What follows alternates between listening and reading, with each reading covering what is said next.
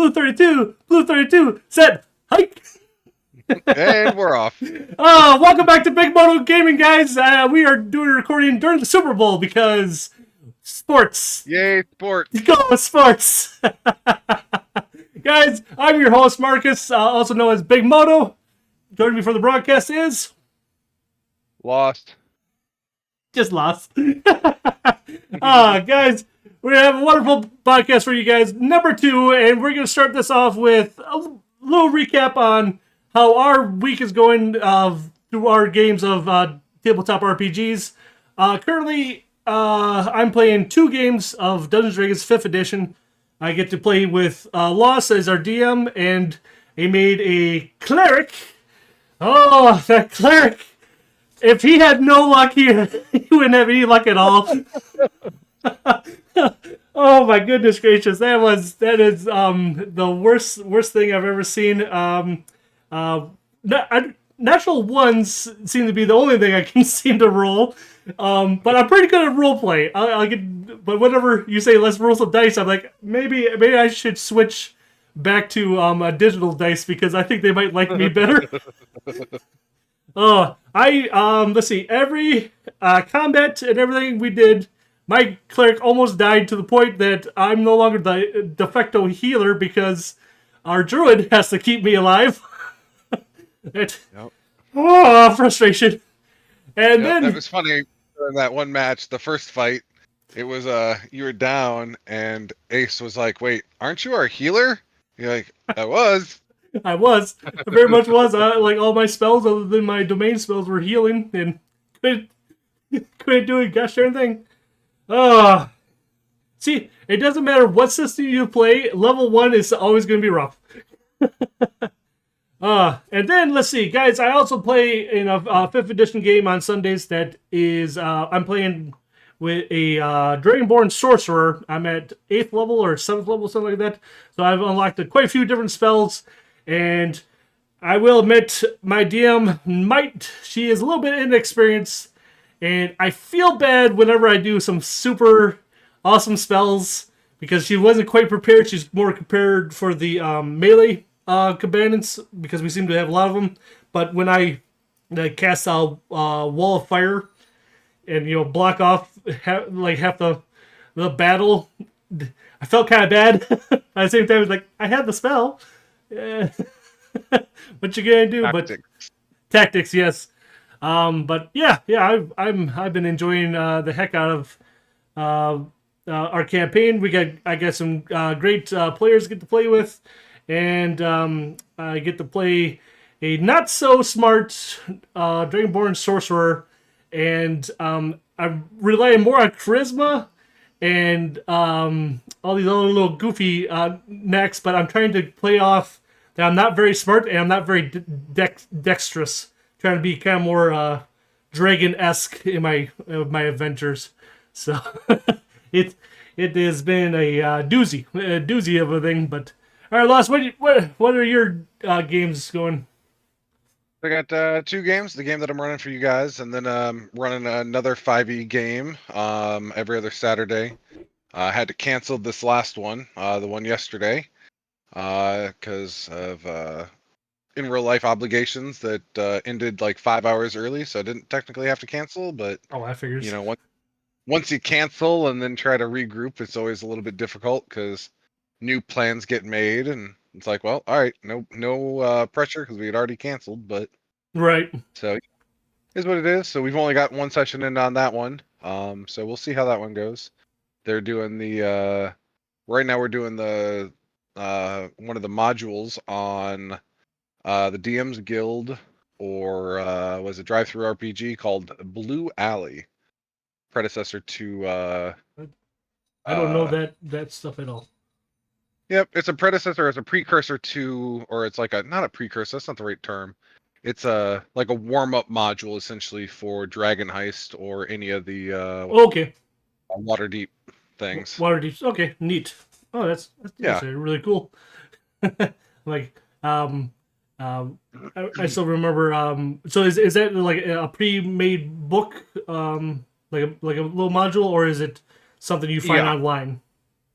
No, it's a pre-made one. You can buy it on DM's Guild or Drive Through RPG. So I picked it up a while ago. I like running it. There's a couple of modules that I use. I mean, I use Crypt of the Everflame as a good warm-up module for players because it's low level, gets everybody kind of working together. Brush off any dust and stuff like that. Or if I'm doing Waterdeep stuff, I'll use Blue Alley. So it's a nice little like warm up, not a lot at stake, kind of get everybody like, okay, this is what we're doing. Kind of learn your character a little bit, maybe get one level out of it, and then you're like, okay, I kind of understand how my character works. Now let's get into the real story. Yeah, yeah. I'm like because I'm just getting used to fifth edition, trying to remember all the. Well, there seems to be everything that I know about third edition is rephrased in fifth edition, and I'm trying to find the phrasing for that. So I feel like I'm rusty, but I'm not rusty because I know it's a brand new system for me. But I'm rusty, if you would, because I'm like, Yeah. I know what this means, but it changed at some point. Matter of fact, I found out. Me and Butters were talking about this the other day. Found out in fifth edition. Didn't know this before, that you can attack, move, and finish off the rest of your actions and keep moving until you run out of movement speed. I'm so used to Yep. third or fourth edition, where you're as soon as you move, your move action is done, and then you have to go with your attack action. So the fifth edition threw me for a loop Yeah, there. you just have. Yep, there's no like move action per se. It's just you have X movement you can use per turn, which I like. Yeah, I'm like that's interesting on that one. Okay, so You still. Or yeah, go ahead. Go ahead.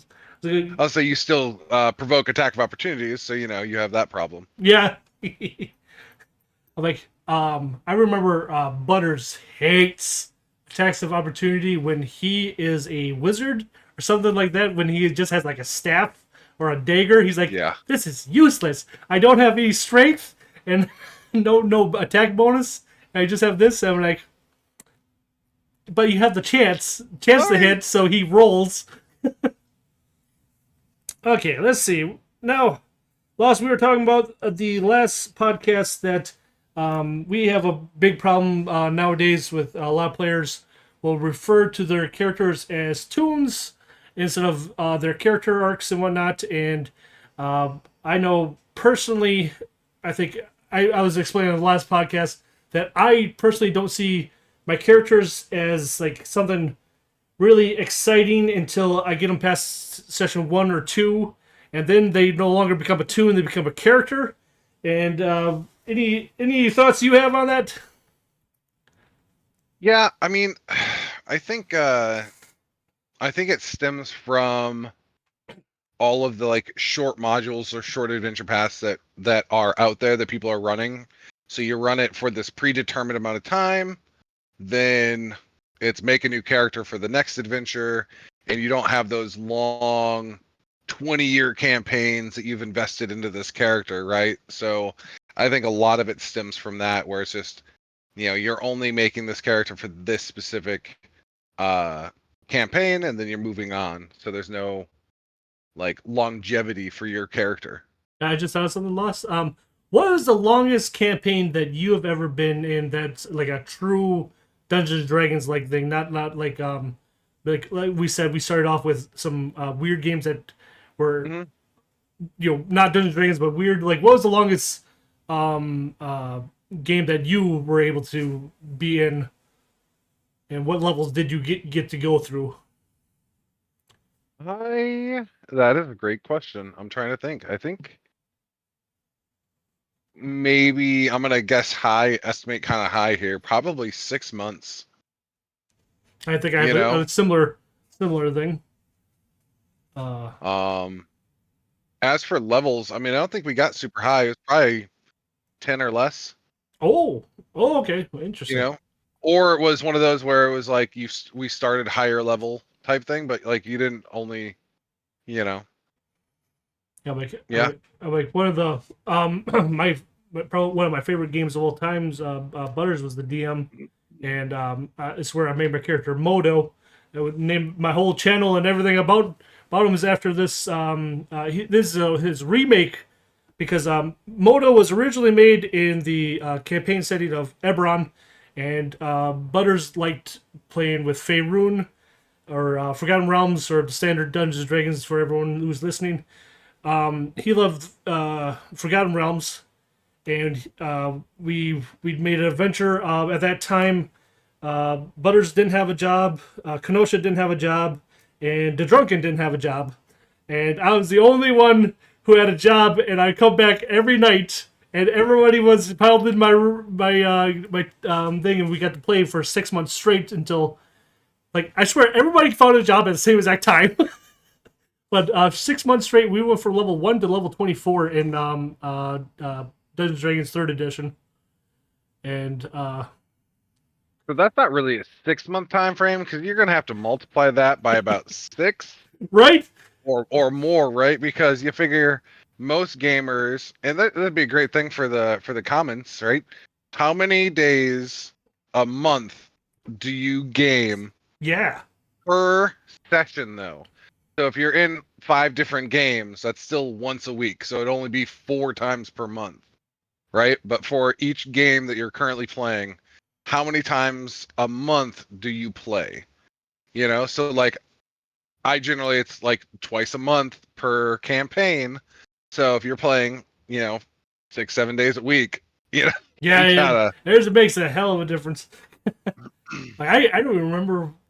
Like that must have been somewhere in my early 20s that campaign came to be, and that was a doozy because I think that by the end of that campaign, none of us were real spellcasters. So Butters was having a hard time to find the right challenge rating for us because obviously, let's see, the Drunken was a barbarian, Kenosha was ranger, and I was also a ranger. She was a ranged ranger, and I was a melee ranger, and so no real spellcasters between us. And so if Butters used the true spellcaster against us, he'd annihilate us because right. what were we supposed to do against Wall of Force or something like that?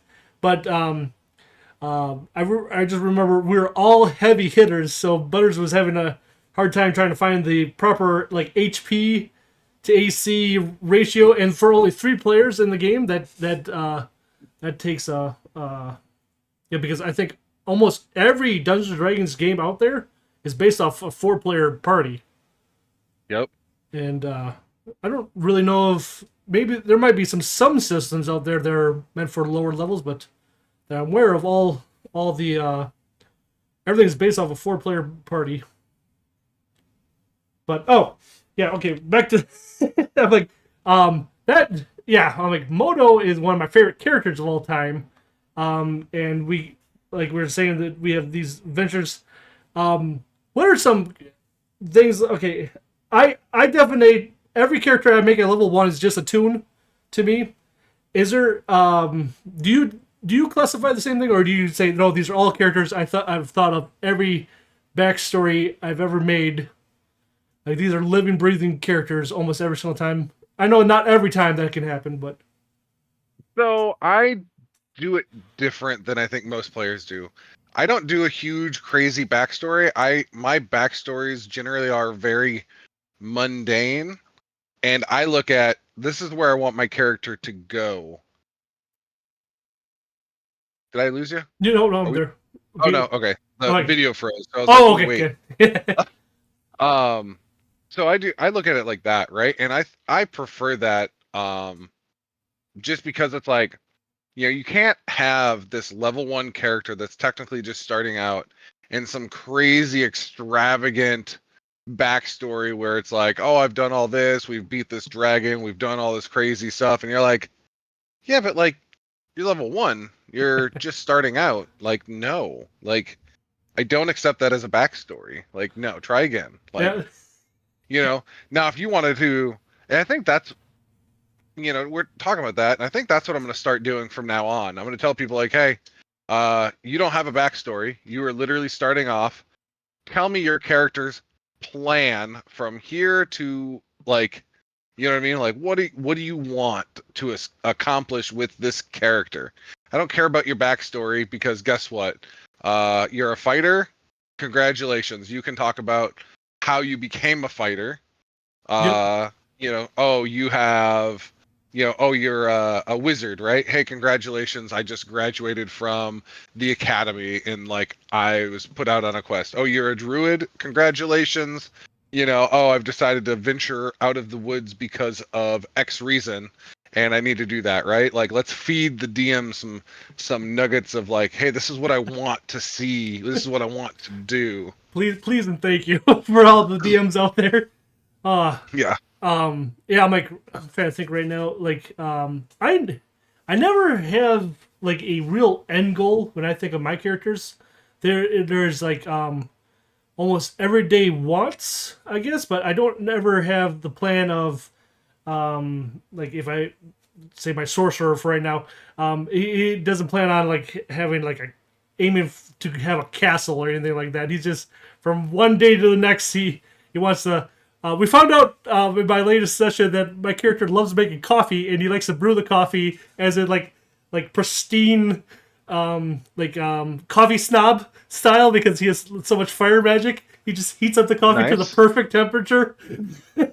And that was a funny ordeal, but yeah, I'm like I just like or I don't ever have an end goal. Do you have end goals to yourself when you get to play? Not, I wouldn't say hard end goals, right? But it's like I have like what are my character's drives, right? And generally, like when I play a character, it's like his goal is just utter power, right? And then what is my character willing to do or sacrifice to get that power, right? Like, Yep. if I'm playing like a sorcerer and then, if I take the bloodline of like we'll go with like a demon bloodline or something that's like evil, like a bloodline, I might try to make this character where it's like, oh, like I have that. I'm really always tempted to go that route, but my character is like trying to be good, right? But it's Right. like he's got that, he's got, the angel and the devil on his shoulder, and like the devil's always like, hey, let's do this, and he's like, oh, like I don't know, that's I don't know, and it's like, no, let's go do this. Like I'm gonna save the orphanage, and then it's like, the next time it might be like, yeah, let it burn. I don't know. Like, no. Like that kid was rude to me. Like, just let it burn. Nope, not dealing with it. And it's like, balance a little bit. um uh I lost my train of thought. Hold on. We were just talking about do you like using the as a DM do you like using the uh alignment chart? That's what I'm trying to say because No. I'm like nowadays I don't use it at all. I'm like I'm like I'm I'm somewhere in the middle of all that. So I like an I prefer the only alignment chart that I actually like using is palladiums or palladiums Crap, I haven't because they seen use theirs in a while. good, selfish, and evil, right? Mm, So there's no like, oh, I'm true neutral, right? Because that's not a thing. That's really not. It's just you're out for yourself essentially, So yeah. it's like selfish. So, but then they have like, they have the I can't even think of how it's broken out because it's like Oh my god. uh Makes me want to go get the damn book. Like that sounds what interesting. I'm just gonna pull it up so I can read it here really. All right, real Uh quick for everybody listening at home. Like my character Modo, I call him true neutral, and it's a weird way of looking at it because my whole character arc idea is to hunt the most deadly prey, and so I call myself true neutral because I will hunt angels and demons and dragons and everything under the sun. So I don't know, that's what I call true neutral, and to the point I've even considered if I saw another player become more powerful than I am, you now made the list of on the hunt, and I've never done that. I don't like PvP battles anymore. I've done them in the past, and I more or less everybody gets mad at a PvP battle in D&D, and I don't know, I just don't care for it. What were you have you had much for PvP? I have I think the reason why everybody always gets so mad is because I think it's the an ego classes check. aren't well, yeah, but the classes aren't balanced for one-on-one Right. combat, right? Yep. So, if you have a fighter level 20 and a wizard that's level 20, I almost guarantee you, depending on how close that combat's starting off, Oh yeah, that makes it. wizard is going to win. Yep. And because he has the range. Range and the almost unlimited nature. Oh, okay. What are some? I'm because I always think of this when I get to high levels with a spellcaster. What are some spells that you don't allow in your game? I normally don't allow the wish spell because I always feel like whenever I use the wish spell or something like that, it could bypass so much stuff that I'm just like, no, I just don't want this in my game. I don't want to deal with the coming up with ideas to counter a wish spell because there's always you almost as a DM you almost feel obligated to counter a wish spell somehow, and I'm like, I just don't want to do that. I of all the spells, I normally remove wish from any of my games. Anything like that for you? Nope. No. Nope. I'll pretty much allow anything and come up with some stuff on the fly I'm if like, needed. for whatever reason, I'm just never been a fan of wish spells, even though I've heard of, in storybooks, people will use, like great wizards will use this wish spell to bring up a large, or like, it's one thing in Pathfinder, this one evil wizard use Cloud Kill, but use wish on Cloud Kill to make it city-wide. Like a whole metropolis got hit by Cloud Kill. And I'm like, that sounds cool. Where you see an existing spell and you make it Bigger, or bigger, you modify it a little bit. Yeah, I'm like, that sound like that kind of wish I like, but the whole idea of the whole idea that have the ring of three wishes, and then how easy you can defeat a Trask with that. You're like, I wish to summon the Trask. I wish to kill the Trask, and I wish it stays dead. And I'll be level 20 now. Thank you, DM. I'm like, you son of a bitch. So that's a big difference for me is I don't necessarily award XP. I wouldn't award any XP for that.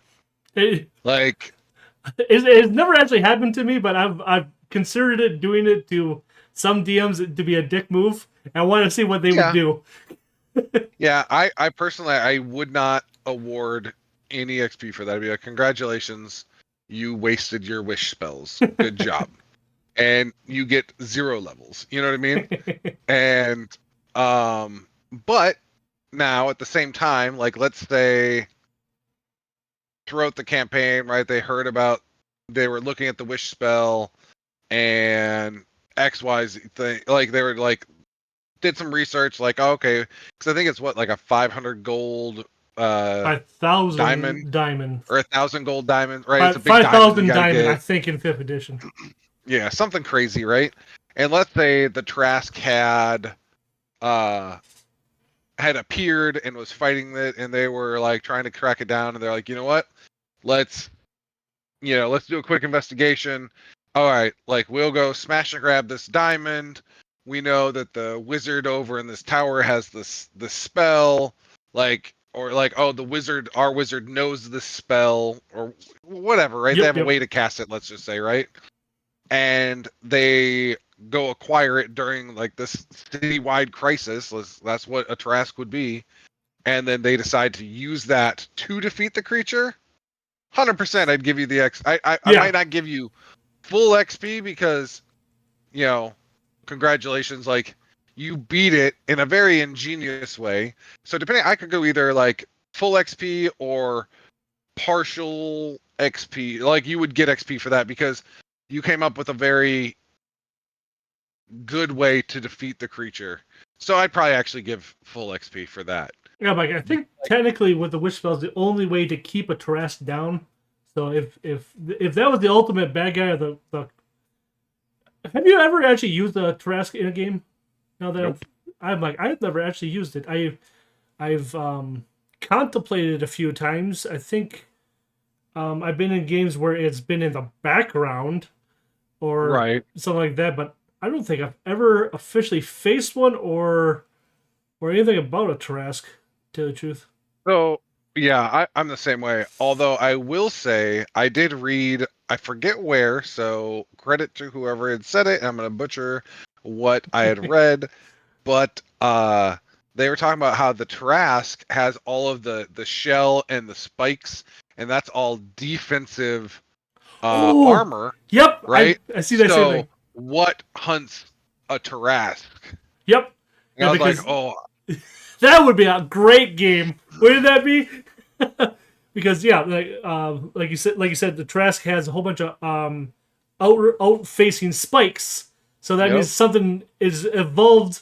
There's something used to bite a Tarrasque. Mhm. Like yeah, that I saw that. I think it was a TikTok. I saw that one on, and it was like, It ooh, might have been, yeah. yeah, I'm like that's So pretty good. I really like utilizing stuff like that to like stem the creative juices of my GM side to where it's like, hey, congratulations, you beat the big bad. But guess what? That big bad was keeping the bigger baddie in check. So congratulations, you just screwed everybody. I had that same mentality a lot of the time. I had this one game, or a lot of time I like to do misdirection with my big bad. But you know, someone will take on the big bad, and here it was some other big bad all along. And I don't know. I've had a lot of those things. Like I had this one campaign I was doing where uh, the players didn't know it. They thought giants were attacking a city, and Mhm. they thought giants were the bad guys. And little did they know the entire time, because they heard that the giant king got resurrected. The giant Mhm. king was undead, and then which was being manipulated by another, like a necromancer, if you would. I don't want to give away the whole thing just in case I ever get to use this story again, but and then the necromancer had a higher up too, and it was it was like I had this whole weave, but yeah, unfortunately that game never got too far. Uh, Yeah. all right, let's see. And then we were talking about okay. Now I let everybody know at home I'm a little bit on the old school when it comes to character deaths, and that's our smooth segue into character deaths, and that's where um, I as a DM I have killed so many players in it, and to the point I don't regret anything. It's like, and I don't know why that is. I don't know if it's became like growing up with the more of a old school mindset where we were talking about characters and tunes.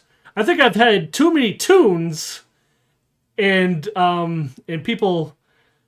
I never intentionally killed a player, but I don't hold back on Yep. anything, and I don't know. I've always been that way. To the point, one time, Kenosha, we're doing a game, and she thought I fudged the dice because I almost insta killed her. Like I was like 3 points away. I'm like, no, that was a real dice thing. Like to the point.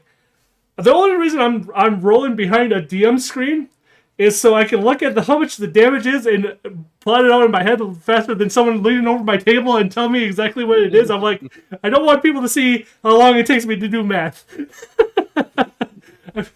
So I guess for you, the question I would have is, so you are straight up, not story, but your dice mold the story, or are you more Dice uh mold the story. story trump? No Okay. story. Never. I'm. I guess nowadays people are calling it now is like a Game of Thrones kind of thing to it. Where I really think the dice, like we're playing a game of chance with Dungeons and Dragons, and I think the dice ultimately override the DM in my way of playing or whatnot, because if I've made a video on this a few times. Like I don't like fudging dice, and whatnot. Yep.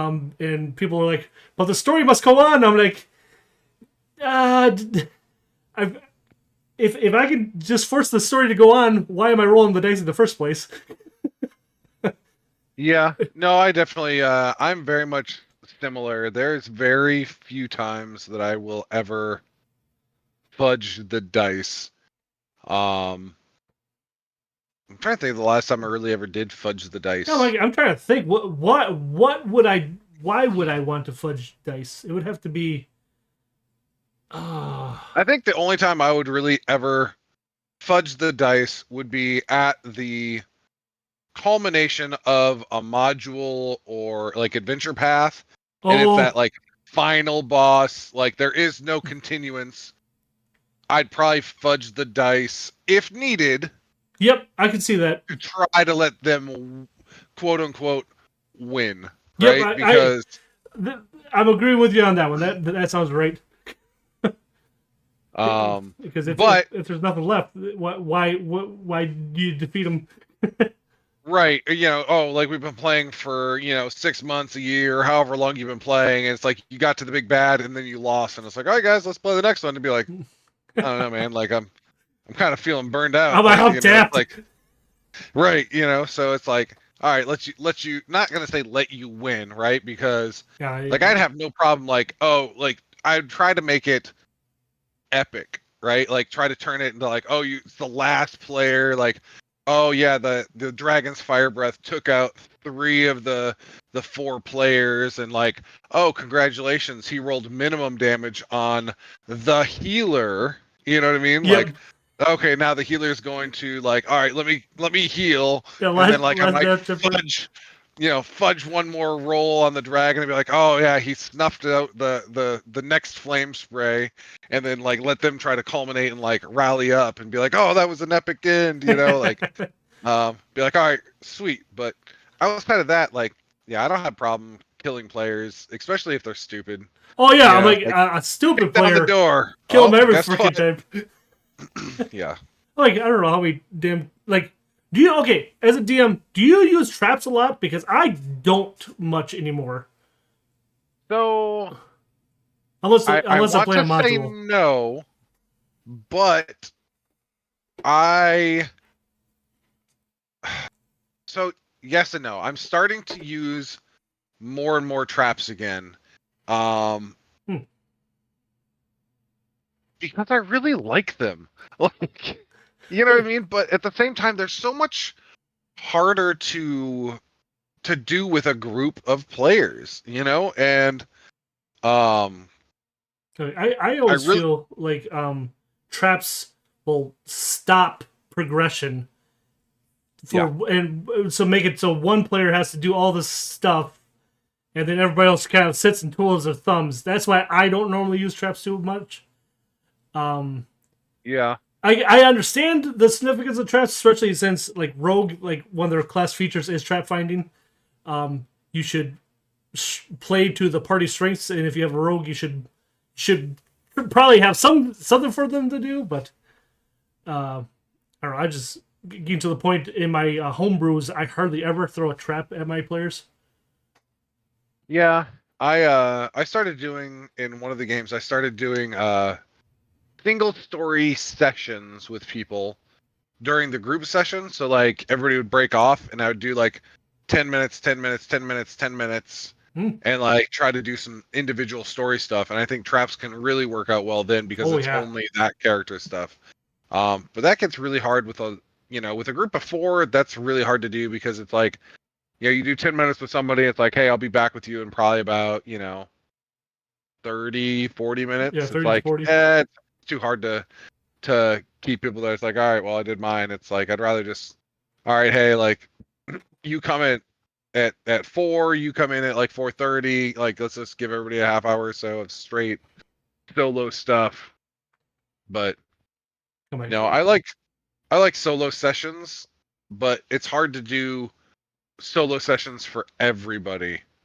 I can't remember last time I did a true solo session. I feel like I used to do that a lot more younger, and nowadays, if I have the full party, I'm having them do the full party thing, and if they want to talk to me about something, off screen for Yeah. the thing, then we can do that off screen. But most of the time, no one ever asks me about those kind of things. But okay, going back to the Yeah. whole fudging dice thing. One thing I do, yeah, no, I said that out You loud. do. Do, is I will role play a reason not to kill certain players or whatnot. Do you ever do that kind of thing? Like, for example, I've done this in the past. Um, uh, like a wolf will, attack a player, might kill them, down them, but he's not going to keep attacking everybody else in the group if it looks like a TPK. Because the wolf wants that one dead body, and then the whole pack can just take it, the dead player, and sacrifice it. Do you do anything like that? Because I've done role play reasons, and that's my version of fudging, I guess. But that's I don't necessarily think that's fudging though, because that's just what is the book? When the monsters aren't stupid, it's Yeah. like they're not necessarily gonna, you know, player or like other NPCs aren't necessarily like no, not all of them are fight to the death. Yep. It's like, oh, like we're getting overwhelmed, retreat, regroup, attack them in their sleep. Yeah. Like, um, I don't know so how many times I've tried having NPCs retreat from a battle, and the people will chase them down. And I've had quite a few times where, and this happens to Butters a lot, actually. And Butters, if you listen to this, hey, but he will try to chase down a fleeing enemy. Like the whole party will chase down a fleeing enemy. Fleeing enemy somehow just keeps ahead of everybody, and everybody else gets tired but Butters, until the point it is now a one-on-one battle. And Butters is like, "Oh no, I'm outmatched." that's funny. Like, just leave it alone. Yep, like you gotta think, you can't go kicking down that door. You gotta pay attention. Like, oh, you're leaving everybody, you're getting alone. Like, oh, guess what? They ran around that corner, and oh, there's their friends. Uh Oh, huh. that sucks. So yeah, no, I would say the only thing that I've done to like role play to like not kill characters would be purposely not having like other players like coup de grace a down character, right? Like, Oh yeah. oh, That you're would, down, you're not killed. All right, like you're fighting a rogue or a scoundrel type character, right? Like, cool, they just downed you. Well, let me just finish them off, right? Like they would finish you off, to make sure you're not a threat anymore. So like I do not have them do that. yeah. But a lot of times I'll also ask my players like, hey, like how gritty do you want this game? Do you want it like, Oh do you want it yeah. light? Do you want it like real? Like how do we want to do healing? There's so many variants on healing. Do you want the slow natural healing? Because that changes the dynamic of a game significantly when you can't Yep. have like, oh, let me do a short rest and burn some hit die. It's like, oh no, you gotta roll your hit die every like 4 days game time. They're like, ooh, Okay. like maybe we should slow it down. You know fifth edition better than me. If you could explain this one, because I was like looking at the different things: short rest, long rest. What's there? There's a long rest, and you can automatically go up to full hit points. Is that what I Yep. read? Yeah, so So every that day someone could be back at like from death's door to full, just by game mechanic wise. yeah, essentially, yeah. That just blows my mind coming from third edition. Like that. Yep. That's yeah, it is one thing I don't like about fifth edition. I like that feels not game breaking, but it immersion breaking. Yeah, you know what I mean. Well, it's getting more and more along the lines of a video game, right? Like, Yeah. because if you think about it, right, a video game, oh, it's just um well, I seen a TikTok on it, and it was like the guy was at a they were trying to do something. It's like they're talking to we'll just say they're trying to like barter to get this sword really cheap or something, or trying to steal something, right? They're like, oh, you failed. He's like, uh, you know, Alt F4, reload, try again. And the guy was like, what? We're not in a video game. Oh, that'd be Like, cool. like, oh, reload. It's like, no, like that's no. Save exit until you do it again. That would be a funny skit. Yep. Yeah, it's but at the same time, people get used to that in video games, right? Like, oh crap, it just quick save, something's coming. Boss Like, music. let me save real quick so that way I can do it. Or yeah, boss music or anything like that. So it's like, you gotta stipend that. I think. Like, I mean, I don't know. Find the table that's right for you. That's Right, all I'm right, saying. right. Yeah. There's little things that I'm trying to little things about fifth edition that has been throwing me off like that. And we were discussing this before we started recording, but something I'm not, or something I really like about like Pathfinder and Pathfinder 1 and 2 and third edition is leveling past certain things where you keep getting, you're adding your levels to your equipment and everything else, and that feels a lot of fun. And that's one thing I'm not. Fifth edition is throwing me off with the whole basically all ACs around the 15 to 18 mark, like all ACs. And if it goes over at 20, it's considered like epic AC. And like in my brain, at a level 5 character, because of third edition, a 20 AC is okay, and like a 25 AC is looking pretty good. And then by the time you're level like 12 or so, you should be in the 30s for AC. So when here in the in fifth edition, like I said, we're at 8th level and everyone's still AC is still like 17 hits, and I'm just like, that is throwing me off a bit. Yeah. And it is all about hit points, and then that's where that immersion thing is. I feel like we're just gaining hit points more than anything, and obviously you gain spells and whatnot. But then you can take a long rest and come back with everything full. Just feels off to me.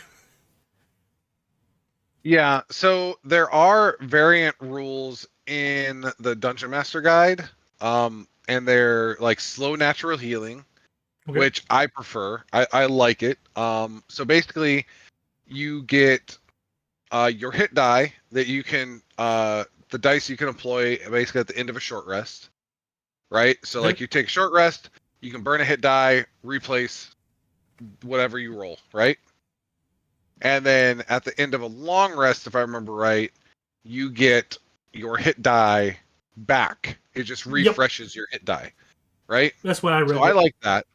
And then there's the gritty realism one, which is you get a short rest, which is 8 hours. So it's like a long rest. Oh. And then a long rest is like 7 days. It's like a full week to get a long rest. Ooh. So like, I like you that really sound. got to. Yeah, we can change it to in ours. I don't know how good that would be for Ace, but I like that. That sounds. I don't know. I swear to goodness gracious, I'm a little glutton to punishment. I like the more hardcore-ness to games. Like we can bump it up one more level. I don't need to play something at the hardest difficulty, but a step up from easy mode would be great. That would be interesting. We might have to discuss that with the boys. But at the same time, I don't want everybody listening at home, we have Ace is starting his first ever game of Dungeons and Dragons, and I don't want his game to be soured, more or less. And that's what I keep thinking in my head. I have noticed right off the get go that I'm on the really big roleplay, like get in and roleplay thing. And D and Ace were like, I don't know about this like roleplay wise. I was like everyone has their own version of roleplay. I like to really talk and elaborate what I'm doing, and but I'm hoping I don't overwhelm Ace. I guess is so he enjoys the game that we love so much that kept us interested for 20 years, 25 years. Yeah. Yep. Okay. Makes me feel old, thanks. Do what? Said you just made me feel old, thanks. We are old. My body reminds me enough on the daily. I don't need you reminding me. Like every single time I stand up, my hips are trying to go out. I'm like, yeah, I'm getting old. All right. Now, Lost, we were talking about Nowadays, especially the older I get, the more less time I have to prep games. So I do less home brews, and I do a lot more modules or adventure pass, depending on what system that you call it. I've really been enjoying Adventure Pass a lot, mainly because I put a bookmarker in, and for example, if it might be 2 weeks before we can game again, but I know exactly where my party is with a bookmarker. I'm really liking Adventure Pass. What about you? You've been homebrewing more or adventure pathing more? I do adventure baths, but I modify them. So I do homebrew them a little bit, but it's still, I mean, if you cheat and read whatever adventure that we're doing, Oh, right, it's not going to change it that much, right? Or I'll look online and find how other people have ran or changed certain things, and I'll like, all right, I like that, I'll change that, and stuff like that. So I generally run adventure paths and modules and stuff like that now. But I think the reason that I started doing that is not necessarily the time wise. It was just I would put all this effort into creating a nice homebrew world or campaign, and then like we'd play 4 or 5 sessions, and then the group would peter out and people would yep. have to move or like nothing, and it's like, I spent more time prepping than I did playing. And Yeah, that's a good call. as a GM, you're always going to have like more time prepping than playing, right? But like what I'm saying is like the juice wasn't worth the squeeze, you Hey, know. that's a good one.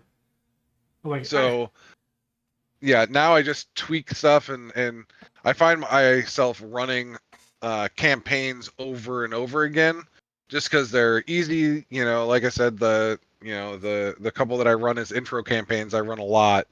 Although I'd have a nice twist on the one I'm running for you guys now. Uh, it'll be a whole different ending. like okay, I was trying to explain this to Butters today that I'm like it dawned on me that we played this adventure, and he goes, I don't remember a damn thing about that one other than you and Horse kept electrocuting each other to death. I'm like, that did happen. Like we cannot remember the end boss of that adventure. I don't know if it's because we had to fast forward because we ran Probably. out of time, and Yeah. the end boss really advanced up to us to the point I can't remember the end boss at all. Right. It'll be Which fine. It'll be fine.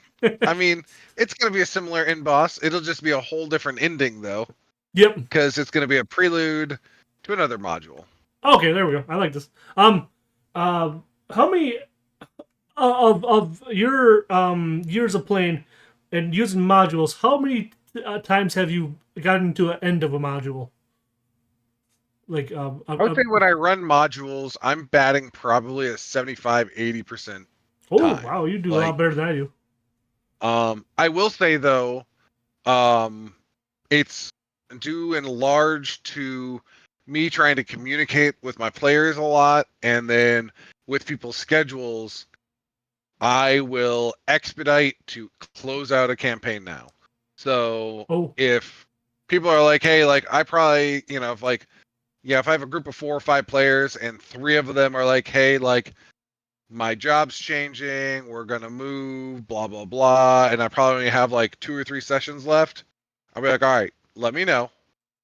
I'm going to figure out what I can cut from this adventure, and then we will close it out because it drives me up a wall to have a campaign that that is would not finished. I that I have a way worse batting average than you. I've only of all my adventure paths, only one time my players have gone all the way through it. Emerald Spire, right? Emerald Spire. That game. Oh my god, I felt so bad. I had two complete TPKs, and at the end, I think I killed 18 different characters throughout the adventure, and maybe not that high. Oh, maybe it was So that high. how did you handle the TPK then to continue the campaign? Literally, because both times it happened was right out of the gates. Um, my favorite part was this one TPK. Um, the Emerald Spire. If no one's ever done that, the first fights are goblins. Everybody should know that by now, or is not uncommon to have goblins as your first fight.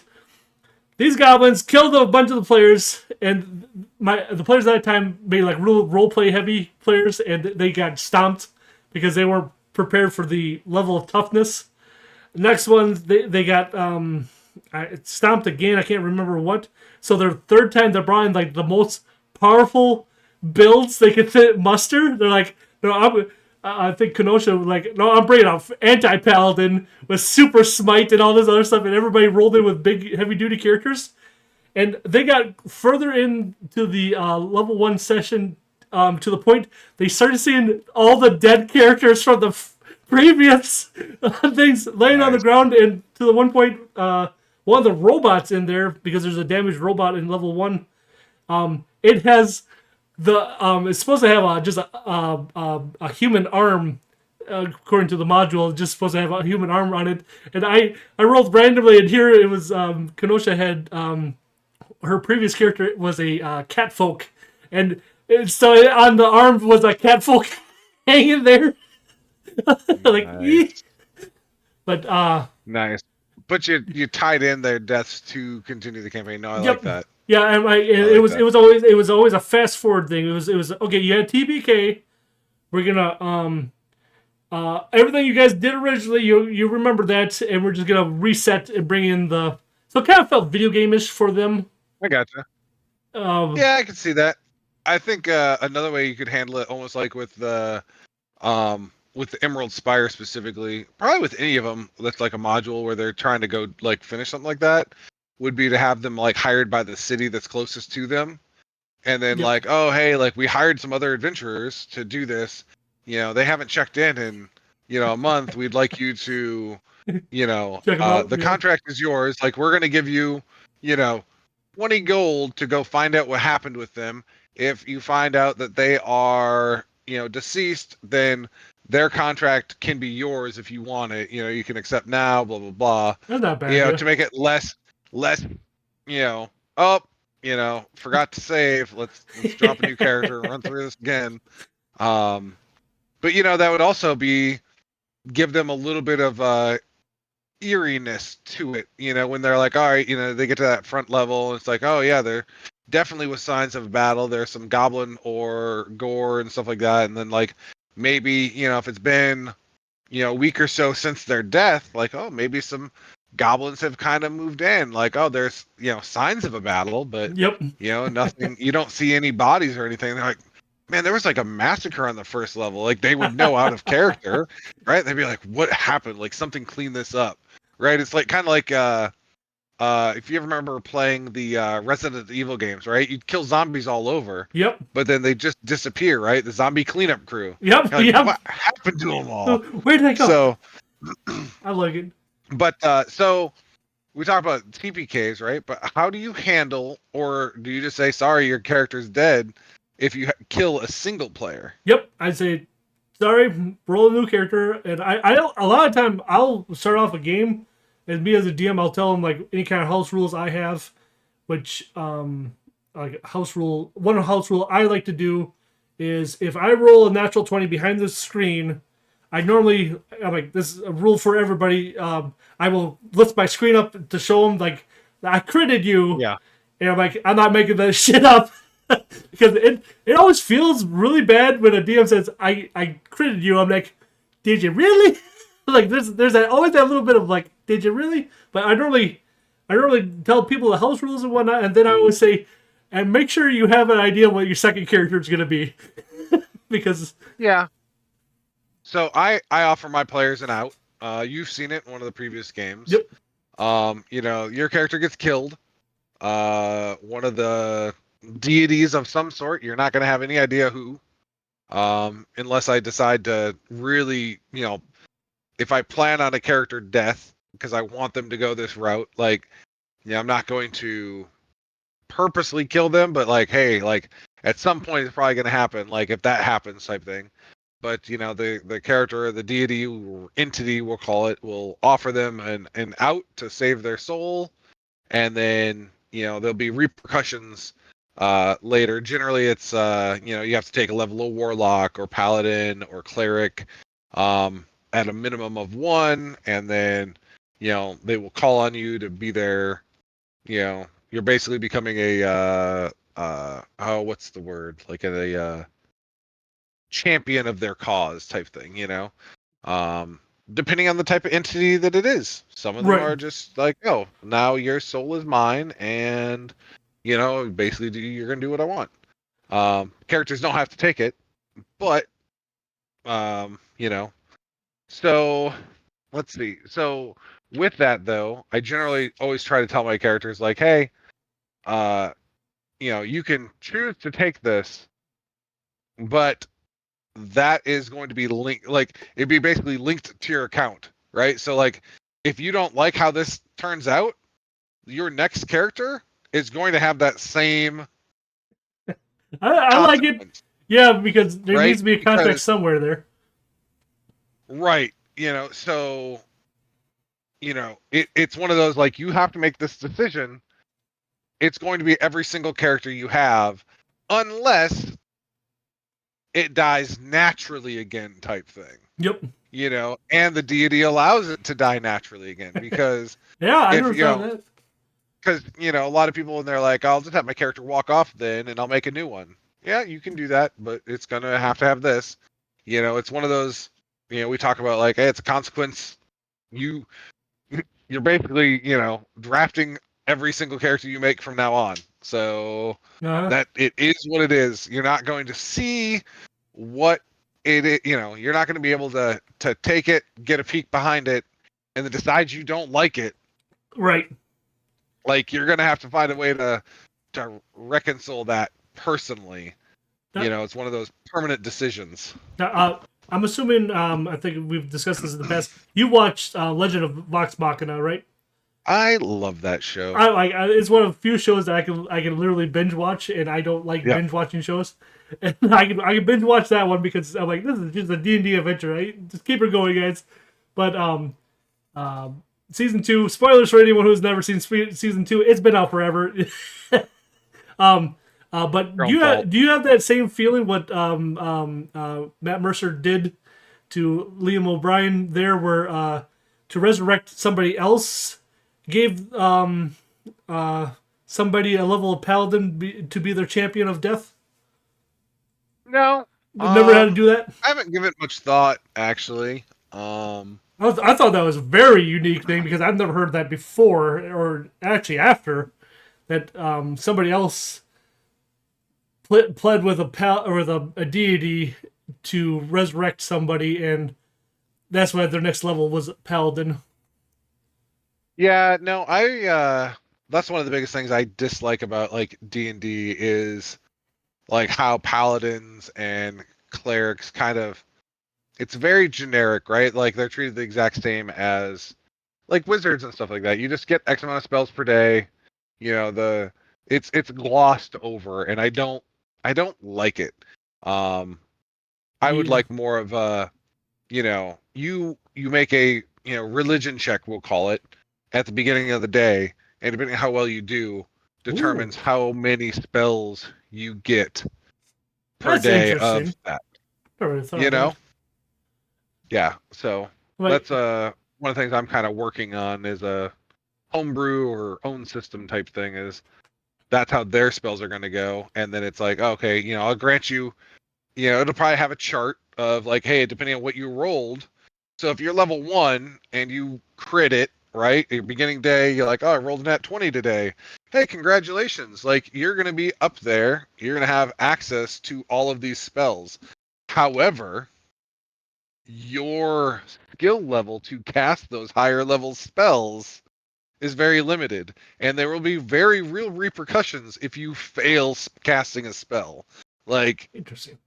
you know, like congratulations, like you're a level 1, your god has granted you full access to level 9 spells. You Oh, might want to think about not doing it, because if you fail, not only is that going to be considered like a critical failure, there's going to be so much backlash that it's not worth the risk far outweighs the possible reward you could get.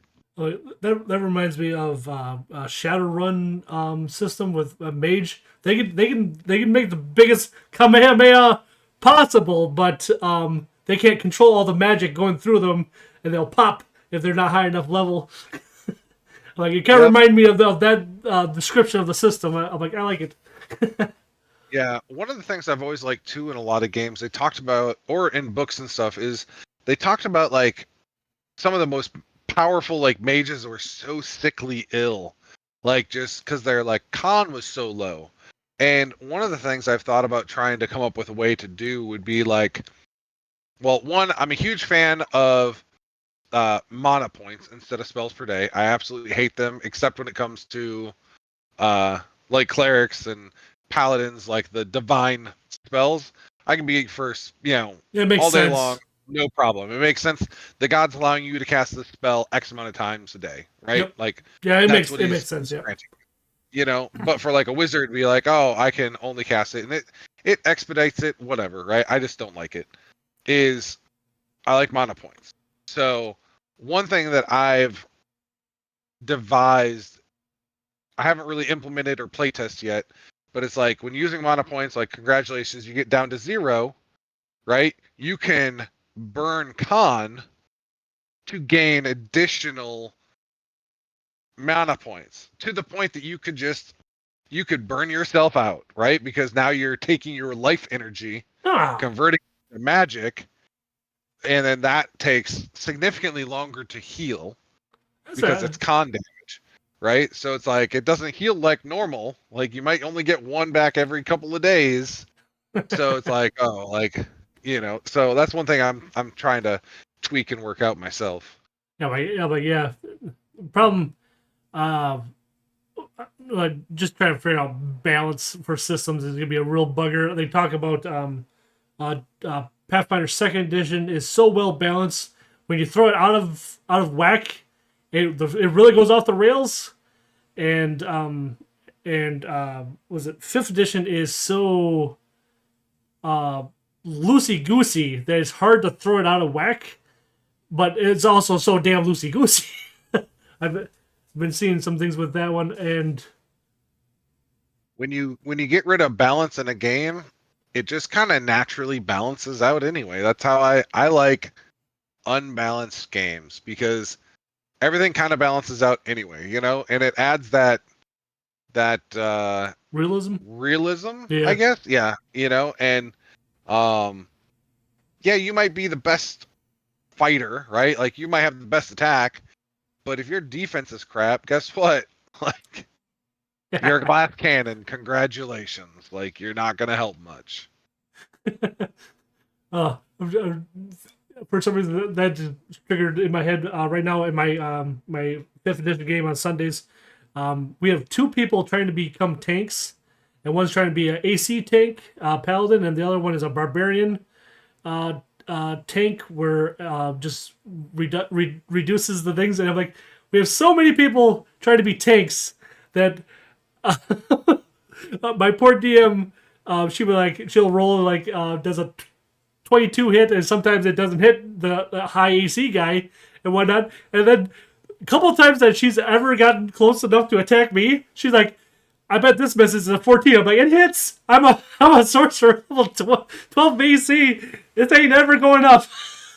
Yep. It's just like, I don't know, just talk about that kind of stuff. It's just like, oh, goodness gracious. Yeah. They need to synchronize, right? One with AC, one for like melee, and just have the melee guy take like pole arm or something with like a 10-foot reach, and just stand behind and be like, "Oh, congratulations, I'm hiding." Like, aha, I gotcha. Oh, yeah. Or we have some weird group dynamics because I don't know. I feel like my current party I wasn't there for the first session, so I don't know how well the like session 0 was implemented on what everybody wanted to be. I feel like there is some stepping of toes, and not at the same time. I don't know, some goofy things there. And when I came in, I came in with 3 other players, and that just got to be a really cluster F. And now we lost the 2 players that came in with me. Yeah, including me, there was 3 players added, and then we lost 2, and now trying to find my where I should sit in that thing has been really interesting. Okay, here we go. Lost. Now we were talking about that we've been using modules more often. One of my favorite modules that I've never been able to get through is Curse of the Crimson Throne. I can't wait. I want to see it go to the end. I've seen it go through chapters 1 and 2, and then a game will fizzle out. I'm like, I can't fast forward it to the end.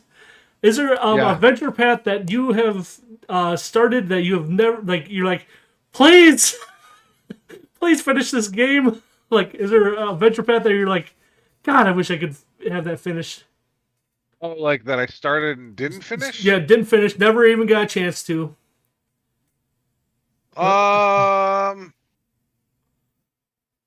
No, because I've gone back with like different groups and done it. So I've definitely finished most of them, but I haven't started any of those multi-chapter ones because I'm too paranoid about not finishing. Yeah. Because again, like I'm like, no, like I have to. But like, you know, one thing I might start, you know, I'm thinking about it now, it's just nice about doing these things. It kind of gets those creative juices going about it. It's like, I might just take those one chapter at a time.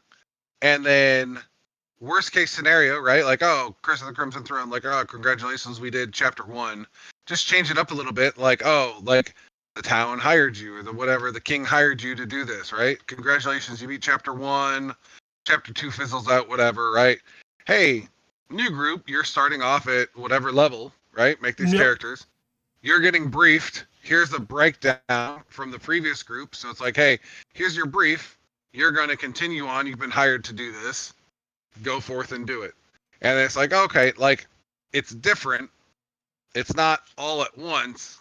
Yep. But at least the continuity and story is there to kind of break it down and like allow it to naturally progress still.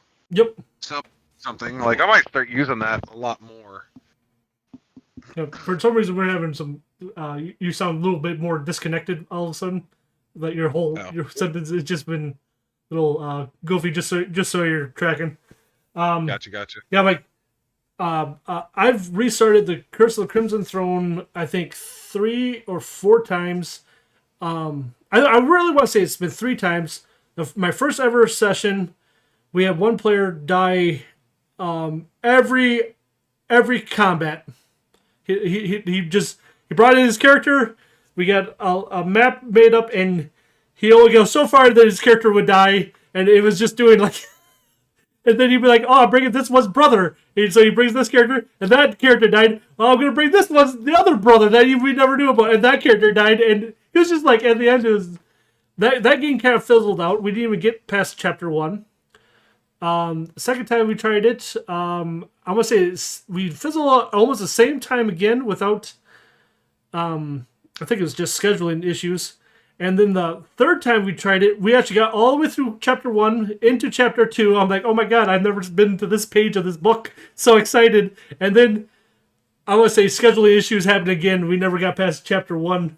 And I'm like, it was so nice to like restart. Like I've like, I don't know if anyone who's actually watching this at home, I got bookshelves behind me of Adventure Pass. Like I have rows of Adventure Pass, and I'm like, it would be really nice just to use the money I spent. I guess. I don't know. Yeah. Until one of us wins the lottery and can pay everybody in the group to like have a there we go. You know, crazy salary to just play. I would definitely do that, I think, if I ever won like the crazy amount of lottery. Like the $1 billion like, yep. Congratulations, you know. I'd be like, all right, cool, let's invest, you know. All right, you know, players, what would it take for you to be if I were to hire you to be a player, Yeah. Oh my God, how much would you need that would to be live? that would be awesome. Like I thought of that, and like even this is the point for everybody listening or here to comment. Make sure you hit that like button, comment, and subscribe. That way we can get to our dream of making content for players of all ages. Act. Like one thing. Okay. Blah, blah, blah. Brain work here, please. Okay. So one thing I like about the mod, or we were talking about the modules. When you homebrew Lost, do you homebrew on a established campaign setting, or do you like your own personal world when you homebrew? Own personal world. Own personal world. Okay, But I'm a let me huge, let me okay. caveat that real quick. Own personal world, but I will steal areas or geographic areas. So like, be like, oh, like I like Pathfinder has their desert area, right? It's like, Yep. oh, congratulations.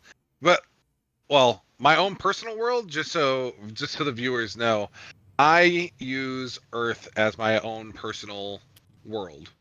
And recently I've actually expanded it to use the flat Earth maps that include like all beyond the ice wall stuff. I was like, I'm going to use this map. That's going to be my world, my campaign This is is a going to be D&D map right established here. on that. Exactly. Um so like I will take pieces from all the different games and stuff, be like, all right, the Sword Coast is going to be the Mediterranean, and stuff like Yeah, that, makes and sense. then right, and try to do that, and then I just have all of the different um races of the world kind of fill in for different geographic areas, like dwarves. Well, guess what? The dwarves are Russian. That's what I did. Like my favorite campaign setting or that I don't use my own personal world. I have one I've developed in my head, but I've only done it in a game like a couple times, but other than that, I like Eberron. I like the whole everything about Eberron. The campaign setting is just amazing to me, and all that all that goody goodness. But like you were saying, your dwarves are Russian. Of all things, in Ebron, whenever I run a game, because of Butters, he made a half giant one time, and he had a Russian accent for that. So everyone in Ebron, all the giants are speak Russian. Nice. It's like, yep, and then, like that just sounds terrifying from a giant Russian. Yeah. That sounds scary. Oh, all right. I think that's good enough. Over an hour for a second podcast. Not too bad. Not too bad. Yeah. Like Not too bad. all right, guys. We're gonna be shutting it down here, guys. Thank you guys very much for tuning in.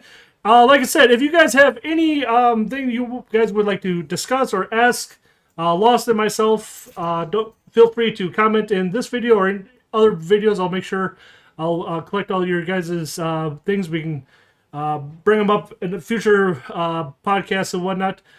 We still don't quite know schedule-wise because Lost, you seem to be busy on the weekends sometimes, and I'm busy sometimes. So we're trying to at least get this thing out almost bi-weekly in a way, or like our ultimate goal seems to be weekly, but it might be bi-weekly or to the best of our abilities. We'll put that to the viewers. To the best of our abilities, we're trying to get these podcasts out.